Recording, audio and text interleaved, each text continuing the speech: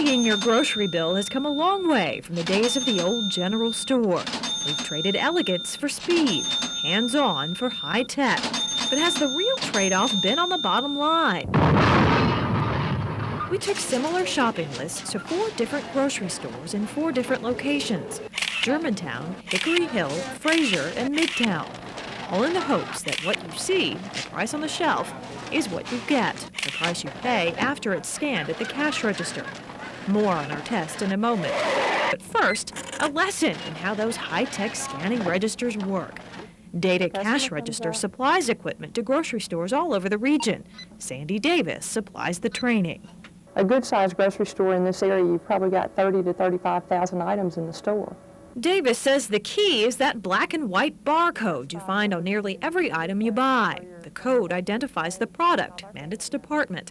The store's scanning coordinator enters those thousands of numbers into a computer, adding price and sale information. All that zips instantaneously to the register when the laser scans the code. The grocery stores that we have our equipment in, on the reports at the end of the day, you can find out that they have a 95 to 99% accuracy margin in their pricing.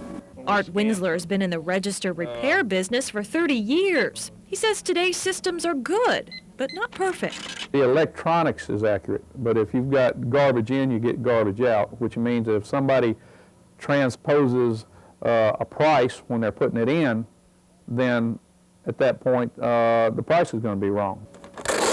Now for our test. I did the shopping, carrying a bag equipped with a camera so you can see what I saw. Again, the lists for each store are similar. I start in the produce department, where items will either have to be weighed or counted for an accurate charge. Then I move on to buy the basics, things like bread, juice, cereal, and canned goods. You'll notice as I shop, I'm sure to write down the price listed on the store shelf, notes taken directly onto my shopping list. Before wrapping up, I also pick up some non-food items like toilet tissue, shampoo, and toothpaste. When the shopping ends, the scanning begins. I let the cashier work without interruption, saving the receipt to check against the list once the test is complete. Again, we followed the same procedure at 4 different grocery store chains in 4 different locations.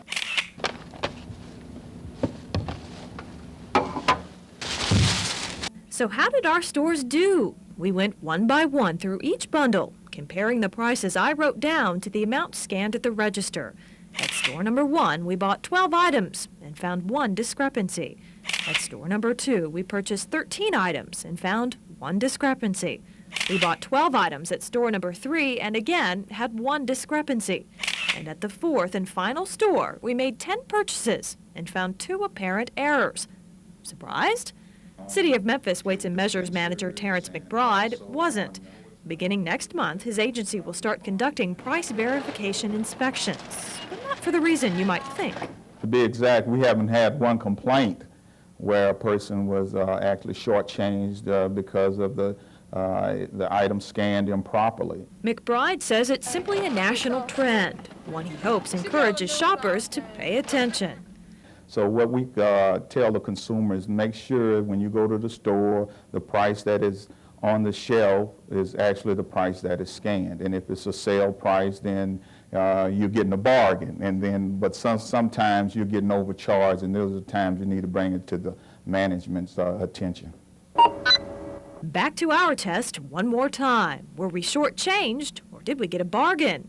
3 of the 5 discrepancies we found were in our favor. So in the end, we came out ahead